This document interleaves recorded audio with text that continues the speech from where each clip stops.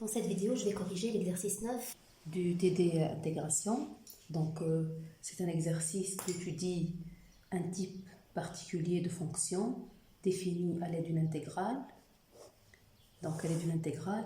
Mais en fait, ici, ce qu'on remarque avec cette fonction qui est l'objet de cet exercice, f de x, qui est que cette variable x n'est pas sur les bords. Donc il y a des types de fonctions définies à l'aide d'une intégrale.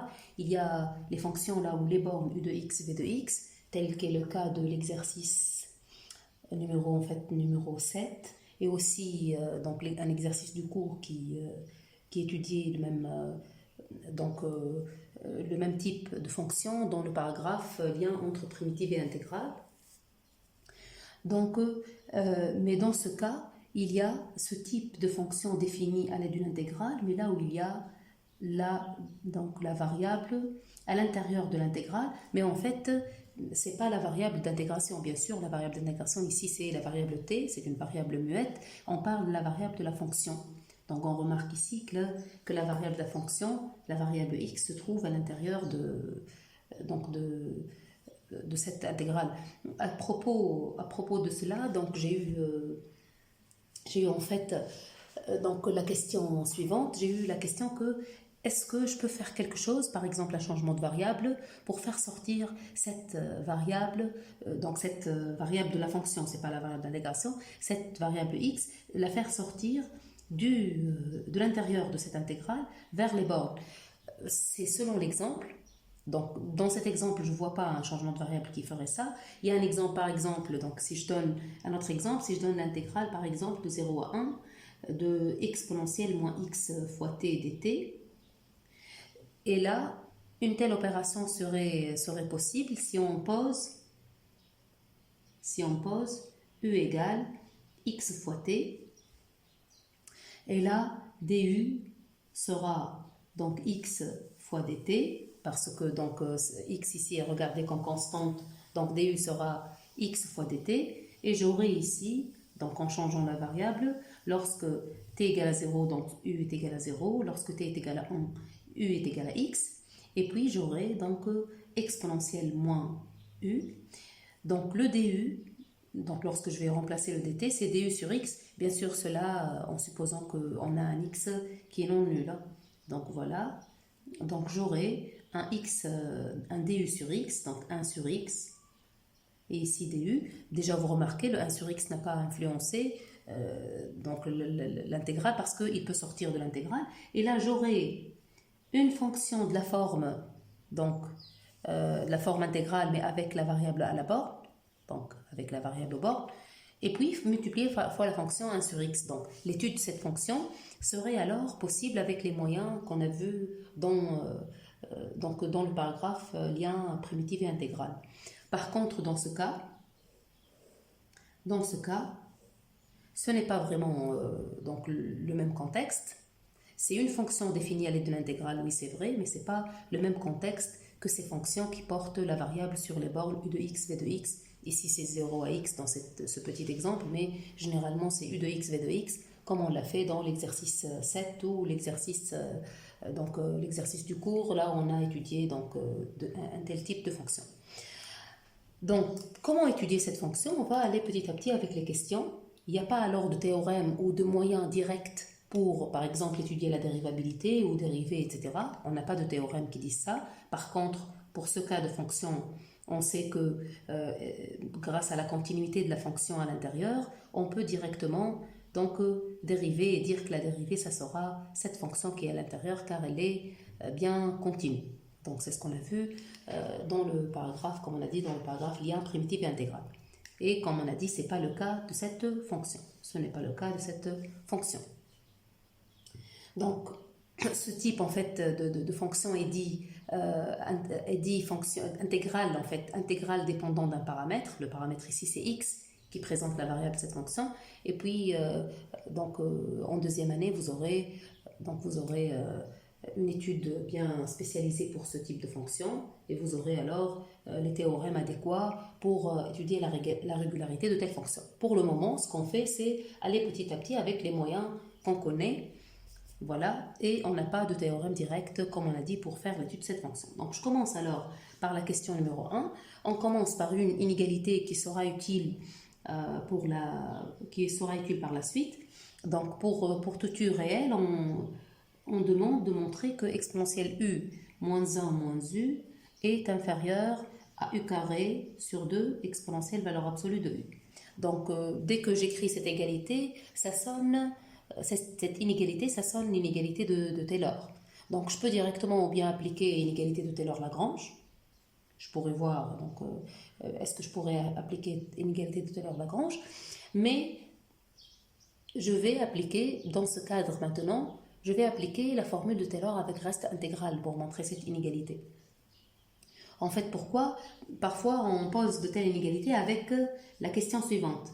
On dit montrer à l'aide de la formule de Taylor avec reste intégral. Et là, on vous guide, c'est-à-dire,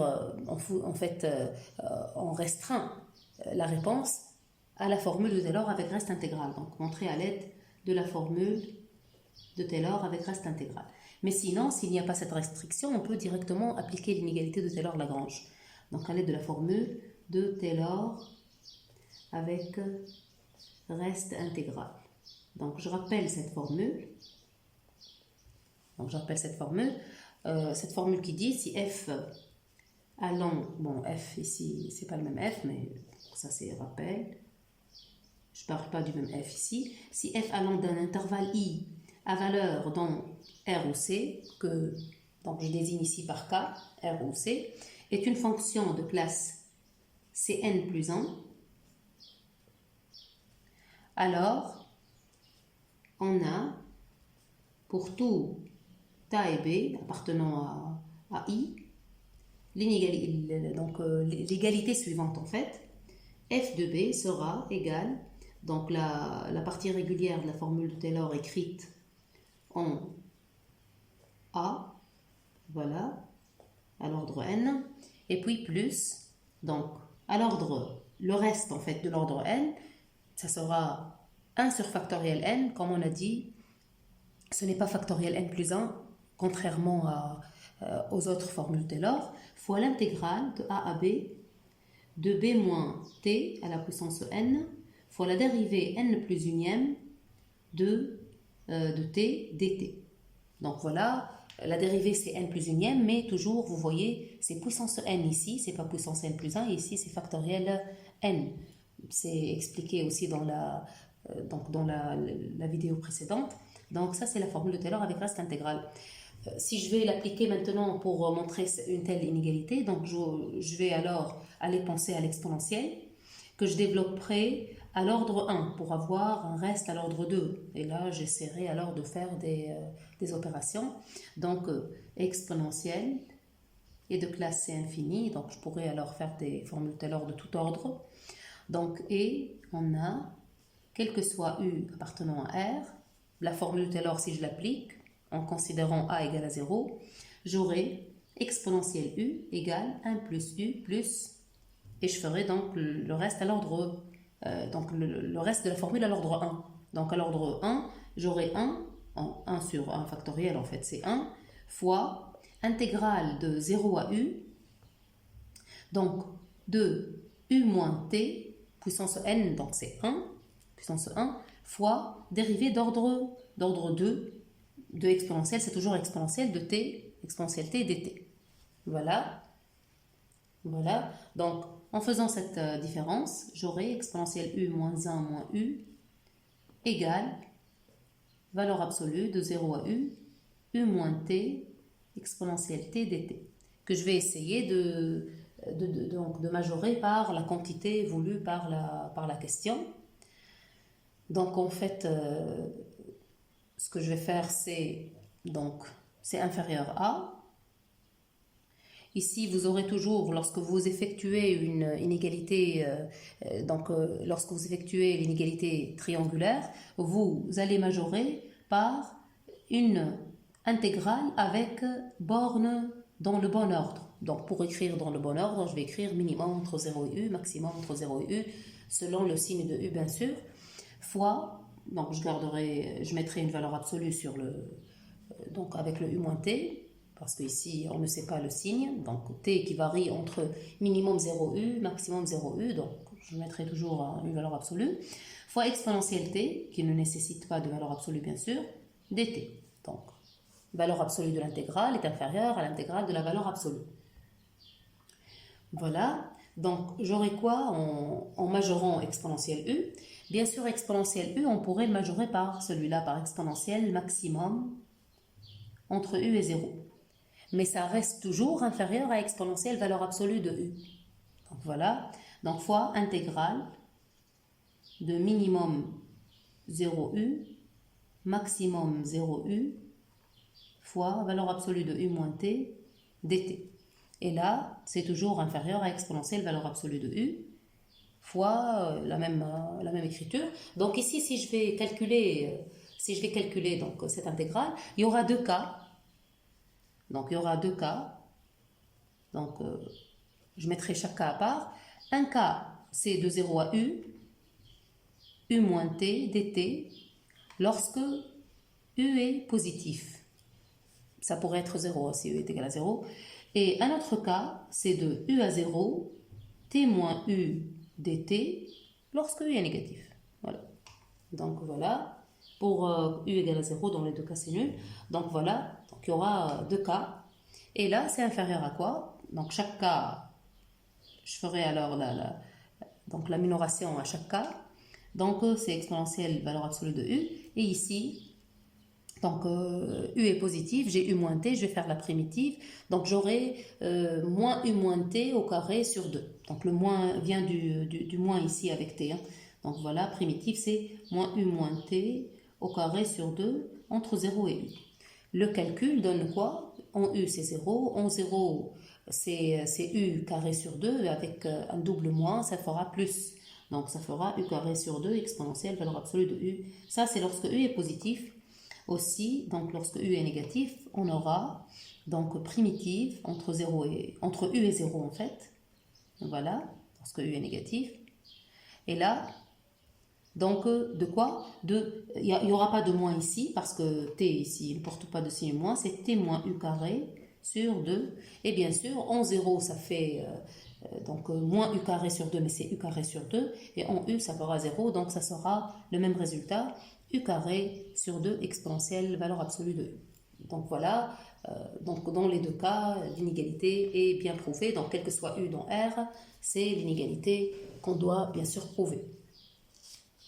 Bon, une autre méthode d'écrire, donc une autre méthode de voir ça, c'est d'écrire le reste, toujours d'écrire le reste avec un changement de variable qui transforme l'intégrale de 0 à u vers 0,1. Donc en fait, changement de variable.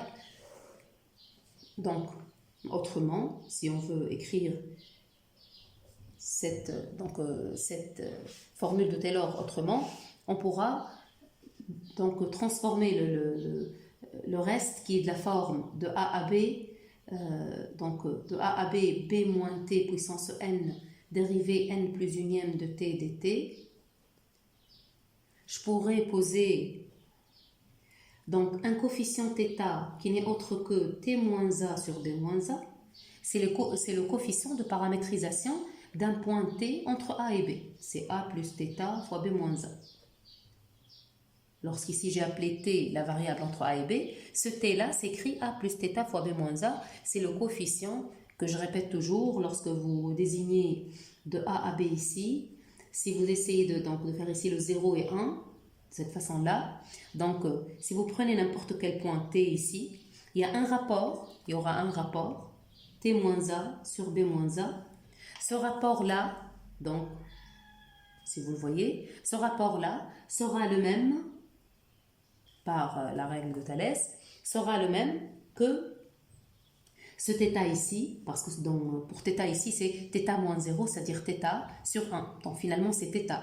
Donc le rapport, parce que d'après Thalès, le même rapport doit être satisfait, donc doit être égal, le même ici et ici, donc le même rapport des longueurs. Donc vous aurez ici le θ qui est égal à b moins a, t moins a sur b moins a, et qui appartient bien sûr à 0,1. Donc on a bien dit que quel que soit t, il y a une bijection réalisée entre 0,1 et l'intervalle AB et le segment AB qui relie chaque point par le rapport correspondant. Bon, dans notre cas, donc, ce qu'on fait, c'est donc dt sera b moins a fois dθ. Et si je remplace ici par θ, donc j'aurai, lorsque t est égal à a, j'aurai θ qui est égal à 0. Lorsque t est égal à b, j'aurai θ qui est égal à 1.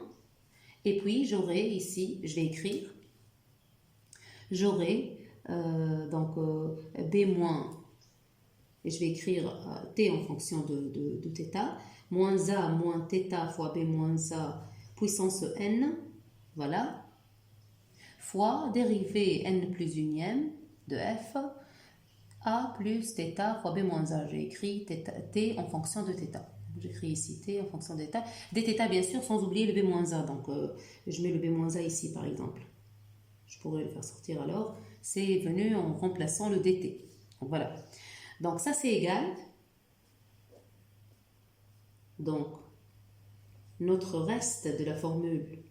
Bien sûr, je n'ai pas écrit le 1 sur factoriel ici, je parle de la partie intégrale dans le reste. Donc, l'intégrale, cette intégrale-là, devient égale alors, si je calcule ici, j'aurai un b moins a que je ferai sortir en facteur, et là, il me reste 1 moins θ. Donc, il y aura b moins a en facteur, mais puissance n. Donc, à l'extérieur, il y aura b moins a puissance n plus 1. Et là, ça ressemble plus à une formule de Taylor, parce qu'il y a dans le reste un b moins a puissance n plus 1. Donc, fois l'intégrale de 0 à 1, et ici, il me reste le 1 moins θ, voilà, puissance n, dérivée n plus unième de a plus θ, b moins a, donc dθ. Et là, on sait maintenant où se cache le b moins a à la puissance n plus 1, qui se cachait dans cette écriture.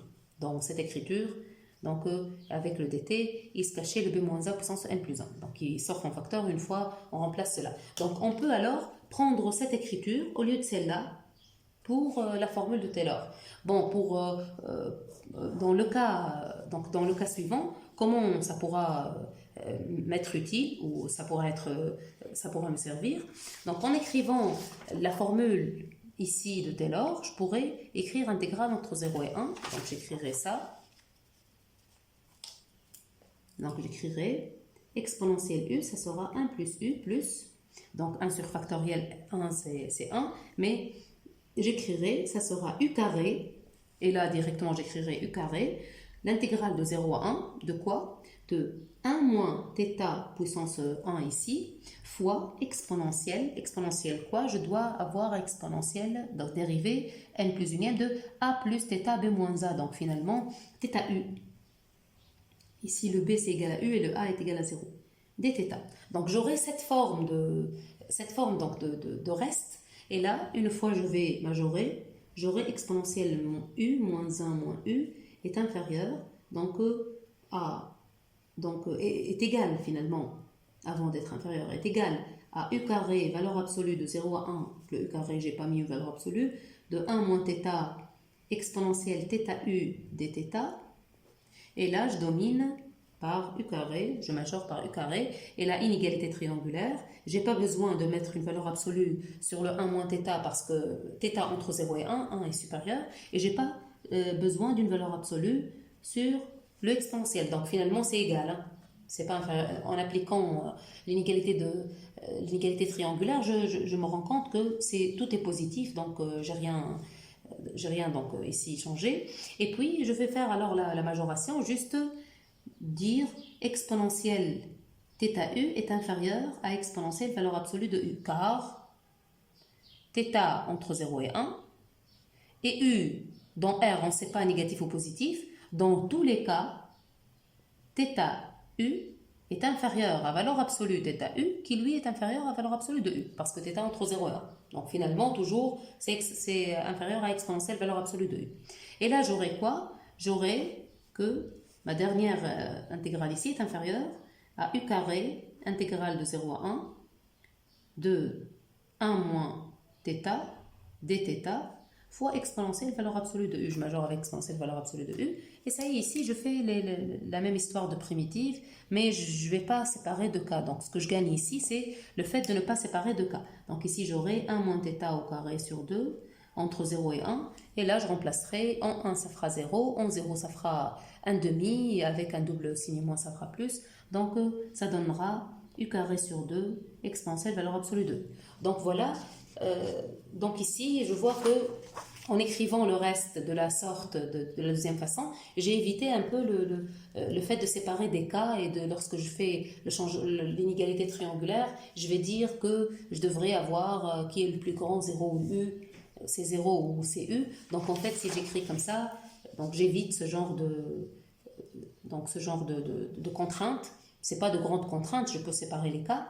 Donc selon le confort, mais cette écriture de reste me paraît plus confortable lorsqu'il s'agit d'appliquer une inégalité et de ne pas alors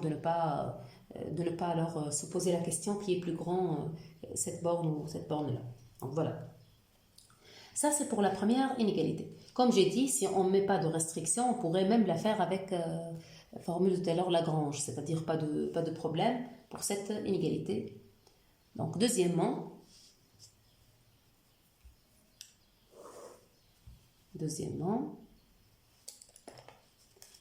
on me pose la fonction que j'ai définie au début et on demande de calculer ou de montrer, donc la deuxième question, on va montrer que f est dérivable et que sa dérivée, donc que sa dérivée est égale à moins l'intégrale de 0 à pi sur 4, donc de 1 sur cosinus carré t dt, plutôt exponentielle moins x sur cos carré aussi t dt. Voilà. On remarque en fait que la forme qui a été donnée de la dérivée n'est autre que la dérivée de ce qui est ici par rapport à x. Par rapport à x, parce que moins 1 sur cos carré t va être vu comme une constante. Mais il n'y a pas de théorème qui me dit ici que je pourrais faire ça directement. Je n'ai pas de moyen, de théorème, de résultat bien prouvé qui me dit que je vais faire ça directement. Donc, on me donne la formule de la dérivée et je n'ai pas de moyen théorique qui me permet de l'obtenir directement. Je n'ai pas un théorème qui me permet de l'obtenir directement. Donc, ce que je fais, c'est le démontrer à la main. Pour montrer que ça, c'est la dérivée, on doit prendre pour n'importe quel point A ou x0 ou ce que vous voulez. Donc, pour A appartenant à R, on doit montrer que, donc pour répondre à ces questions-là, pour n'importe quel point A, on doit montrer que limite lorsque x tend vers A de f de x moins f de a sur x moins a va être égal à cette expression. Pour pouvoir dire que c'est f' va être égal à cette expression. On doit, pour chaque point A, voilà, on doit démontrer cela pour n'importe quel point A que je prends dans R. Donc voilà, donc ça c'est la définition. Je vais aller alors vers la définition. Lorsqu'on n'a pas de moyens théoriques, on n'a pas de théorème, on va vers la définition. On va faire avec les outils les plus primitifs. Voilà.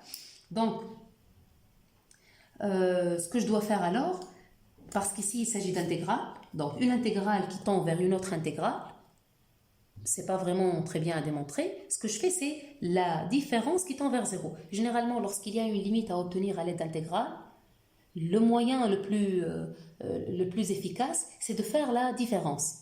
Donc déjà, ça sert même pour d'autres cas, pas justement pour les intégrales, mais surtout pour les intégrales parce que je n'ai pas de moyen de calculer une limite d'une intégrale. Donc dans le chapitre intégration sur un segment, on n'a pas de moyen direct qui nous donne la limite d'une intégrale. Donc finalement, il y a un paragraphe dans le cours qui vous donne la remarque que intégrale de la limite n'est pas toujours égale limite de l'intégrale. Donc on ne fait pas directement limite de l'intégrale, on n'a pas de moyen de théorème qui nous donne cela. Ce qu'on fait alors est de faire la différence, parce que la différence est très efficace avec les intégrales, parce qu'on doit dominer par un truc, la valeur absolue de la différence ou le module de la différence, qu'on domine par un truc qui tend vers 0. Donc ça c'est le moyen qui sera plus efficace que d'aller chercher cette quantité qui sera sous la forme intégrale et la faire tendre vers cette intégrale. On arrive on n'arrivera pas vraiment à le faire. Donc, ce que je fais alors, c'est écrire, ou bien je pourrais même remplacer cette écriture par limite h tend vers 0 de f de a plus h moins f de a sur h, plus simple à écrire.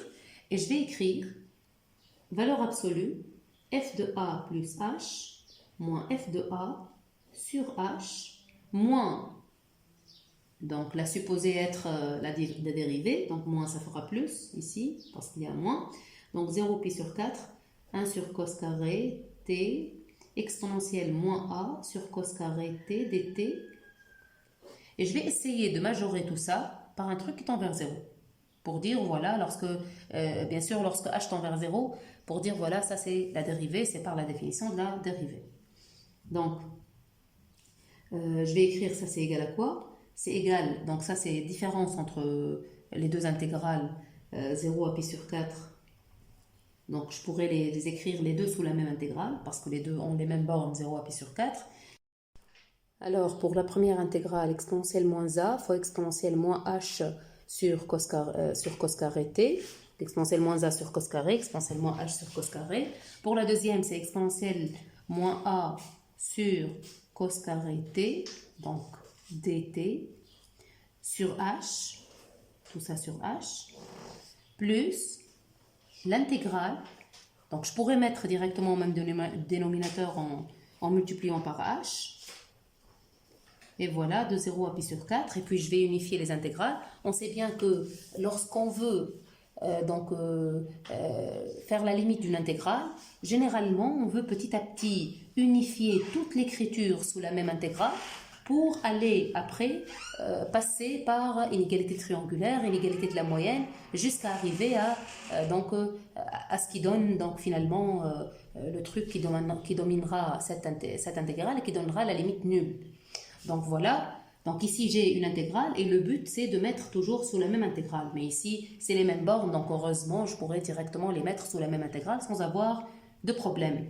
Donc 0 à pi sur 4, h, donc, et puis intégrale de 0 à pi sur 4, donc de exponentielle moins a sur cos carré t, et bien sûr cela sur cos carré t dt. Comme on le voit ici, voilà, donc ça c'est donc la limite qu'on doit trouver, et voilà donc toute la différence qu'on doit majorer.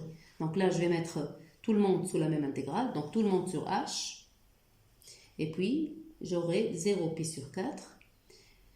Voilà, donc si je mets ici au même dénominateur, donc j'aurai cos carré ici, par-ci et par-là, cos carré, donc j'aurai cos carré t, et puis donc voilà, cos carré t, donc fois exponentielle moins a sur cos carré t. Donc ici, ça sera cela. Donc, fois, ici j'aurai exponentielle moins h sur cos carré t. Ah, donc ici, j'ai pas bien fait lorsque j'ai fait sortir le cos carré. Donc, non, je ne vais pas faire cette étape. Parce qu'ici, je repère le h sur cos carré. Je préfère ici garder le h sur cos carré. Je préfère le garder. Je ne préfère pas le mettre ici au même dénominateur. Donc juste, je renonce pour cela. Juste, je fais sortir le exponentiel moins a cos carré. Donc voilà, j'aurai celui-là moins 1.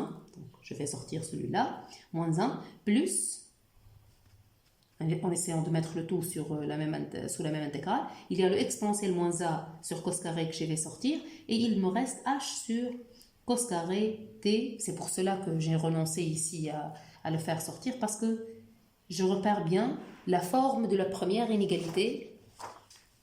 Je repère ici, je repère exponentielle u, moins 1 moins u. Donc je préfère bien le garder, ce h sur cos carré, qui jouera le rôle de u, donc qui prendra le rôle de u. Donc ce que je vais faire alors, ça y est, je domine maintenant une égalité triangulaire. inégalité triangulaire ici. Et je vais majorer par l'intégrale de 0 à pi sur 4, exponentielle moins a sur cos carré qui ne nécessite pas ici de valeur absolue, fois valeur absolue de exponentielle moins h sur cos carré t, moins 1 plus h sur plus et moins le moins. Parce que le u sera moins h sur cos carré t dt. Donc voilà. Sur, bien sûr, ici, je n'oublie pas de mettre valeur absolue de h ici. Jusque-là, ce n'est pas très bien parce que toujours il y a h au dénominateur qui ne va pas aller vers 0. Mais en dominant ici, avec u, donc, avec u égale moins h sur cos carré, petit 1 donne petit 1 qui était vrai quel que soit u réel. Donc, je pourrais alors l'appliquer pour moins h sur cos carré. Donc, donne quoi? Et je reviens à la même écriture, inférieur à 0 pi sur 4, exponentielle moins a sur cos carré t.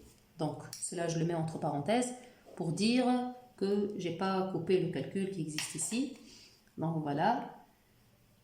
Donc, fois u carré, donc h carré, sur cos à la puissance 4 t, donc u carré sur 2, fois exponentielle, valeur absolue de u. Donc, fois exponentielle, valeur absolue de h sur cos carré t dt, le tout sur valeur absolue de h. Donc, une fois on a cela, je fais sortir le h carré sur valeur absolue de h qui me donne valeur absolue de h. Bonne nouvelle parce que ça tend vers 0 lorsque h tend vers 0, mais pas encore. Ça tendra vers 0, mais on doit encore voir les quantités qui existent ici.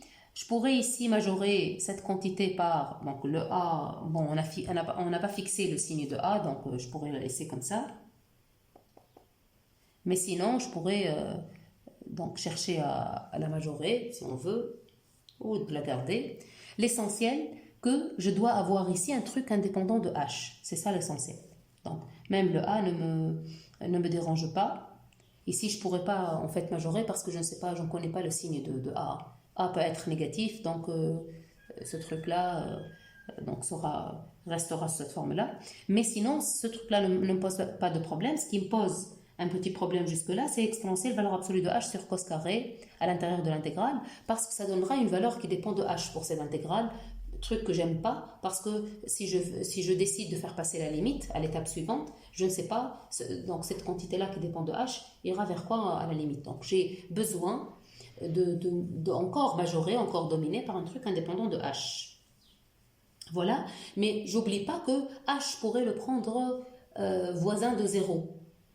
Donc je pourrais dire pour valeur absolue de h inférieure à 1, par exemple. Là je donnais valeur absolue de h inférieur à 1. Et là, ça ne me posera aucun problème. Pour dire valeur absolue de h inférieure à 1, ça ne me pose jamais de problème. Donc voilà, j'aurai, donc h va tendre après vers 0. Donc j'ai le droit de poser une inégalité pour h inférieur ou égal à 1, et puis lorsque je fais passer h vers 0, donc je n'utilise que cette inégalité qui est vraie pour h inférieur à 1 en valeur absolue, va tendre vers 0. Donc j'explique cette estimation par h qui va tendre vers 0. Donc pour le moment, je prends une inégalité qui n'est vraie que pour valeur absolue de h inférieur à 1, et puis je vais faire tendre h vers 0, donc ça ne me pose aucun problème. Donc on a, pour h comme cela, on a exponentielle valeur absolue de h sur cos carré t est inférieur à exponentielle 1 sur cos carré t. Génial. J'aurai quoi? Et on a... Donc ici, j'irai dès le début, appeler cela. Déjà, j'aurais dû le faire dès le début. L'appeler I indice h. C'est une intégrale indexée par h, qui dépend de h. Donc voilà, c'est I indice h. Donc voilà, on a I indice h, cette intégrale qu'on veut, cette valeur absolue d'intégrale en fait, valeur absolue d'intégrale qu'on veut faire tendre vers 0, que j'ai appelé ici I indice h, est inférieure à valeur absolue de h fois une quantité, 0 pi sur 4, exponentielle moins a, ici plus 1, donc ça devient moins 1, comme ça, sur cos carré t, sur cosinus, 2 fois cosinus à la puissance 4, t dt. Donc, t associe exponentielle moins a 1 sur cos carré t sur cos à la puissance 4, on le voit bien, et continue sur 0 pi sur 4. Donc ça donne une intégrale bien finie, une quantité bien finie, et surtout indépendante de h. Donc, et continue et indépendante de h. Alors, son intégrale, alors cette intégrale existe,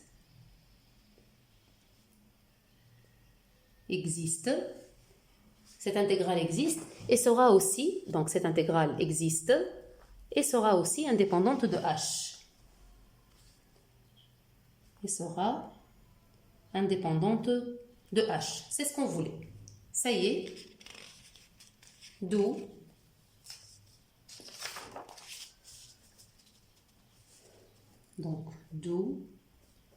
IH qui est inférieur, comme on a dit, à, je vais l'appeler C fois H, tend vers 0 lorsque H tend vers 0. Donc, je vais dire ici, indépendante de H, on la note C. C, voilà, pour dire constante, c'est une constante par rapport à H. Donc, ça y est, implique f est dérivable en A et f' de A égale cette limite. Cette limite qu'on a trouvée maintenant, donc qui est égale moins l'intégrale de 0 à pi sur 4 de exponentielle moins a sur cos carré t dt, plutôt sur cos carré dt. Donc exponentielle moins a sur cos carré dt. Voilà. Donc voilà. Et cela, pour tout A, ce qu'on a fait, c'est pour tout A dans R. Donc ça, c'est une démonstration de dérivabilité, une démonstration très locale, c'est-à-dire qu'on l'a démontré donc pour tout A, pour chaque A, c'est-à-dire pour un A quelconque, et d'une façon locale, c'est-à-dire en allant chercher, la limite de l'accroissement, comme dans la définition, c'est-à-dire en utilisant la définition. Voilà. On demande dans le petit b maintenant de déterminer la limite de f en plus l'infini. Donc f, je reviens à f, toujours pour chercher une limite. Ici, je vais essayer d'utiliser des méthodes d'encadrement, de minoration ou de majoration, ce que je pourrais faire, parce qu'il n'y a pas de moyen direct pour calculer. On s'est bien mis d'accord que je ne pourrais pas calculer la limite en x de ce qui est à l'intérieur pour lui faire passer l'intégrale, c'est pas ça la réponse. Donc ce que je dois faire, c'est essayer de voir qu'est-ce que je pourrais faire pour x qui tend vers plus l'infini. Bon, ici, j'ai pas mis le moyen. Pour x positif, je vais essayer de voir, donc pour x, c'est-à-dire qu'il va aller vers plus l'infini, je vais essayer de voir si je pourrais utiliser en fait la croissance de l'intégrale, donc pour essayer de dominer, donc l'exponentielle moins x cos carré. Donc je remarque ici que cosinus carré sur 0 pi sur 4, donc cosinus carré de t, donc lorsque x est dans 0 pi sur 4, on est ici sur 0 pi sur 4, le voilà, donc le cosinus sera entre racine de 2 sur 2 et 1, donc le cosinus carré sera entre 1 demi et 1, ce qui fait que 1 sur cos carré, donc bien sûr pour t dans 0 pi sur 4, cela est vrai pour t entre 0 et pi sur 4, donc ça sera entre 1 et 2, donc si je multiplie par moins x qui est négatif, implique donc moins x sur cos carré t, ça sera entre moins x et moins 2x. Donc, moins x qui est négatif, C'est pour cela que ça inverse les inégalités. Et puis j'applique exponentielle qui est croissante. Donc j'aurai exponentielle moins 2x inférieur à exponentielle moins x sur cos carré t inférieur à exponentielle moins x. Très bien ici, parce qu'exponentielle moins x en plus l'infini ramène vers 0. Donc f de x qui, elle, est positive ici parce que ce qui est à l'intérieur est positif et les bornes sont dans le bon ordre. Même si je ne peux pas dire qu'elle est positive, je pourrais directement encadrer entre celui-là et faire passer l'intégrale finalement, et j'aurai limite nulle des deux côtés. Mais sinon, elle est positive et inférieure à intégrale de 0 à pi sur 4 de exponentielle moins x dt. Très important ici, c'est pas dx, c'est dt. Donc voilà.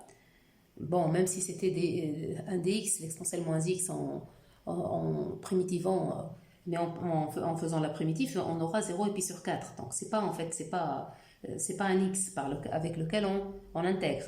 C'est exponentielle moins x qui va sortir et qui va donner ici pi sur 4 exponentielle moins x comme ça, qui ira vers 0 lorsque x ira vers plus l'infini, bien sûr. Voilà. Et là, j'aurai limite de f de x égale à 0 lorsque x tend vers plus l'infini. Avec, donc, là, je dois dire car 0 est inférieur à pi sur 4. C'est pour ça que je fais passer, donc parce qu'ici c'est inférieur, donc je fais passer et je garde donc le même sens de l'inégalité, c'est parce que les bornes sont dans le bon ordre. Donc voilà, dès le début je dis que ça c'est positif car x moins x sur cos carré t est positif et 0 est inférieur à pi sur 4. C'est pour cela que f de x est de valeur positive. Je pourrais même dire qu'elle est de valeur strictement positive parce que la fonction à l'intérieur est strictement positive et les bornes sont dans l'ordre strictement croissant. Voilà. Ça, c'est la limite en plus l'infini. Après, on nous demande de montrer que l'intégrale de 0 à x de exponentielle moins u carré du est égale l'intégrale x fois l'intégrale de 0 à pi sur 4 de 1 sur cos carré t exponentielle moins x carré tangente carré dt. Et ici, c'est un changement de variable, comme je vous ai dit tout à l'heure avec ce petit exemple ici, c'est un changement de variable qui ramène d'une fonction avec borne constante, d'une intégrale avec borne constante et la variable x à l'intérieur, à une intégrale avec l'intérieur sans variable x, mais avec x sur les bornes. Donc en fait, ça c'est un changement de variable, la sorte que je vous ai indiqué tout à l'heure. Donc ici, on va démontrer cette égalité bien sûr par un changement de variable adéquat. Donc ici, ce qu'on voit, c'est le fait de poser x fois tangente comme étant u, pour pouvoir arriver de là vers là. Donc c'est ce que je vais faire. Donc je vais prendre cette intégrale. Donc je prends cette intégrale, 1 sur cos carré, t, voilà. Et là, on dit pour tout x dans R. Donc là, je vais faire au début changement de variable pour x non nul. Et puis pour x nul, je vais le démontrer directement parce que ça sera nul pour x nul. Donc je considère cette intégrale. Et je dis pour x non nul, on pose variable u égale à x fois tangente t. Donc du sera, x est une constante. X fois dérivée de la tangente, c'est 1 plus tangente carrée t dt. Voilà. 1 plus tangente carrée qui, elle, est égale à 1 sur cos carré. Donc, ça sera x sur cos carré dt. Voilà. Bon, voilà. Et maintenant, je vais donc remplacer ici par, donc j'ai 0 pi sur 4, 1 sur, ou plutôt exponentielle moins x carré fois tangente carré, fois dt sur cos carré, et là je le vois, de dt sur cos carré t, et voilà, je pourrais multiplier par x et diviser par x, ça c'est pour regrouper, voilà le du, et voilà u carré, donc là, je dirais alors 1 sur x, donc borne, lorsque t est égal à 0, tangente t est égal à 0, et u est égal à 0. Lorsque t est égal à pi sur 4, tangente t est égal à 1, et ça sera x, donc u est égal à x. Et voilà. Et ici, ça sera exponentiellement u carré. Et voilà du. Donc ça, c'est du. Ça, c'est directement du. Donc, et voilà l'égalité parce que j'aurai l'intégrale de 0 à x exponentielle moins u carré du est égale à x fois l'intégrale de 0 à pi sur 4 exponentielle moins x carré tangente carré de t sur cos carré t dt. Donc voilà. Voilà. Là, c'est pour x non nul, parce qu'on a divisé par x, etc. Pour x nul, l'intégrale de 0 à 0 exponentielle moins u carré du sera égale à 0. Et 0 fois l'intégrale de 0 à pi sur 4 de tout le reste, dt, est égal à 0. Donc voilà, d'où l'égalité dans le cas x nul. Donc quel que soit x réel, on a alors l'égalité voulue dans la question C, entre cette intégrale et cette intégrale. Donc là, on regarde comment un changement de variable peut faire entrer ou faire sortir le paramètre x à l'intérieur de l'intégrale ou au bord. Donc voilà.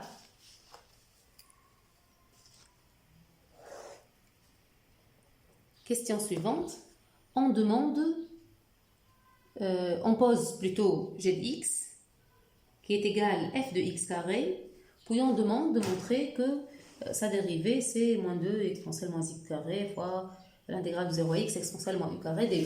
Donc je vais mettre alors le f de x carré. Donc g de x égale f de x carré qui est égal, donc je vais écrire f de x carré, ça sera intégrale de 0 à pi sur 4 de quoi exactement? De exponentielle moins x carré sur cos carré t dt. Voilà, ça c'est le fx carré. Donc ça c'est le fx carré. Voilà.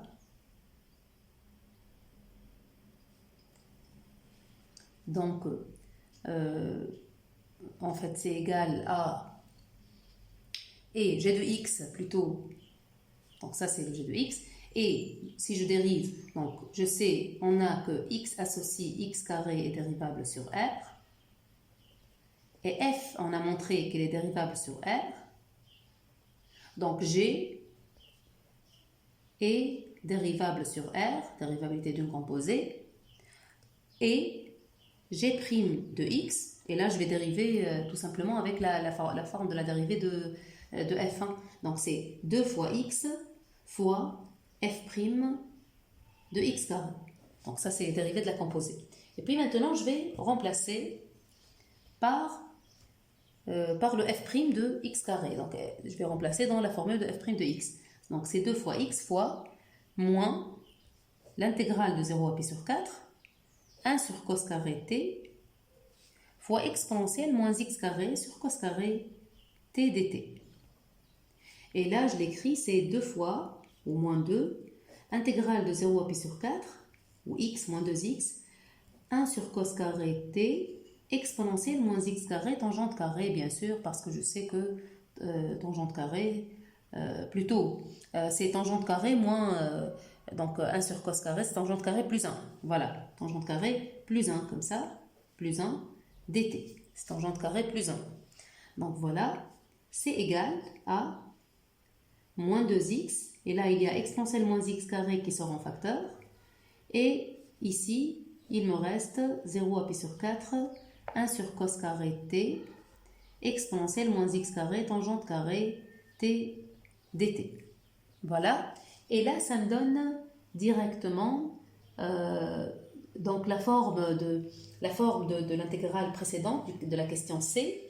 D'après C, j'aurai égal, donc ici ça c'est d'après C, donc toujours on met ce genre de justificatif lorsque on utilise une question précédente, j'aurai moins 2 exponentielle moins x carré, et puis je repère toute la formule de petit c qui donne l'intégrale de 0 à x exponentielle moins u carré du.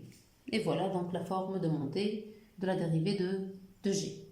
Et puis on dit finalement, trouver alors la limite de l'intégrale de 0 à x exponentielle moins u carré du. Cette intégrale est appelée en fait intégrale de Gauss. C'est une intégrale connue appelée intégrale de Gauss.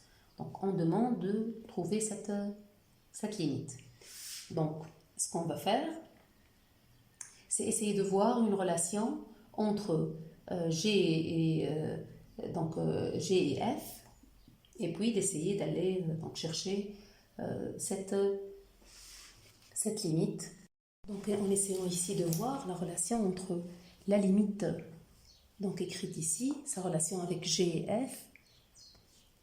Donc la limite, c'est une limite de 0 à x, l'intégrale 0 à x exponentiellement u carré du, la limite lorsque x tend vers plus l'infini. Donc lorsque je regarde ici, j'essaie de voir ce que je peux faire avec les questions précédentes. Donc ici, je repère donc la quantité voulue, mais dans la dérivée en fait de g. Ce que je repère aussi, un truc important, est qu'en dérivant ici, ça c'est la dérivée de la fonction en face. Donc la dérivée de cette fonction avec borne 0x, c'est exponentielle moins x carré. Donc en fait, c'est comme si c'est de la forme de phi prime phi. Donc en fait, c'est une dérivée d'un carré, un carré d'une fonction. Donc ici, si je on va dire u qui donne exponentiellement u carré et continue sur r. Donc on va dire alors la fonction qui a x associé l'intégrale de 0 à x exponentiellement u carré du est dérivable par continuité. Donc la continuité ici par continuité de cette fonction, continuité très importante pour déduire que ça c'est dérivable. Donc est dérivable et sa dérivée, la dérivée donc par rapport à x de exponentiellement u carré du n'est autre que exponentielle moins x carré. Voilà, sa dérivée alors, ce n'est autre que la fonction exponentielle moins x carré. Alors, donc g' n'est autre que moins, donc deux fois, donc de préférence de donner un nom à ça. Je vais donner le nom de phi, par exemple. Donc phi ici, phi de x. Donc c'est moins de phi prime de x, phi de x. Et c'est égal moins phi au carré de x prime. Disons que c'est d sur dx de phi carré. Bon, il vaut mieux toujours de noter comme ça phi carré prime, donc de x. C'est la dérivée de phi carré, c'est ce qu'on veut dire. Donc, à quoi ça va servir ici? Donc, on sait que lorsqu'il y a deux dérivées égales, c'est que ces deux fonctions g et phi carré sont les primitives d'une même fonction. Donc, mais modulo une constante. Donc, j'aurai l'égalité modulo une constante. Donc, sur un intervalle, l'importance d'un intervalle, donc lorsque vous trouvez, c'est-à-dire c'est comme si vous dites que ici vous aurez la somme qui est nulle, c'est ça. Donc, la somme de ces deux dérivées qui sera nulle, c'est-à-dire dérivée de la somme est nulle. Donc, sur R, qui est un intervalle. Donc, intervalle est très important pour pouvoir passer à dire que c'est une constante. Implique que g de x plus phi au carré de x est une constante. C'est pas 0, c'est une constante. Ce qui implique, je vais remplacer g par f. Je dois revenir à f quelque part et voir qu'est-ce qui se passe parce que finalement, la limite en plus l'infini a été calculée pour f. Donc, je dois revenir à f pour exploiter la question b là où j'ai calculé la limite en plus l'infini. Donc, f, donc ici c'est f de x carré, c'est-à-dire f de x carré, plus phi au carré de x est égal à constante. Cette constante-là pourra être évaluée en n'importe quel point. Je vais essayer en 0.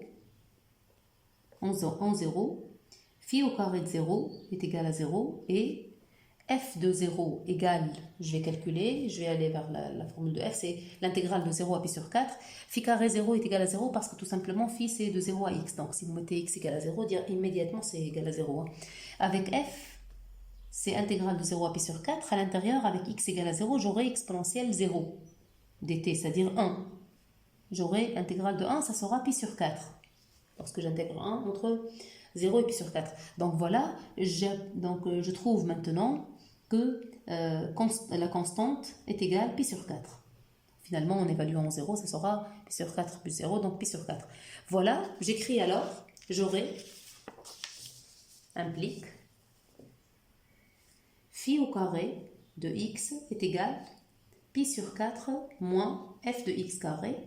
Lorsque x tend vers plus l'infini, on a bien que ça tend vers 0, on l'a vu. Et là, ça tend vers pi sur 4. Implique limite phi carré de x, lorsque x tend vers pi sur 4, est égal à pi sur 4. Lorsque x tend vers plus l'infini plutôt, c'est égal à pi sur 4. Et maintenant, pour pouvoir passer à phi, parce qu'on a besoin de phi, c'est pas de phi carré, alors j'aurai besoin de faire une racine carrée. Bien sûr, racine carrée donnera valeur absolue de phi, mais juste je vais dire que phi est positif. Or, phi de x est positif car exponentielle moins u carré est positif et 0 est inférieur à x. Bien sûr, on cherche une limite en plus l'infini, on prend x positif. Donc, parce qu'on va envoyer x vers plus l'infini. Donc, dès le début, je fais des calculs, je pourrais faire des calculs dès le début avec un x positif. Donc, implique limite phi de x est égale racine pi sur 2, voilà, lorsque x tend vers plus l'infini. Et voilà la limite voulue.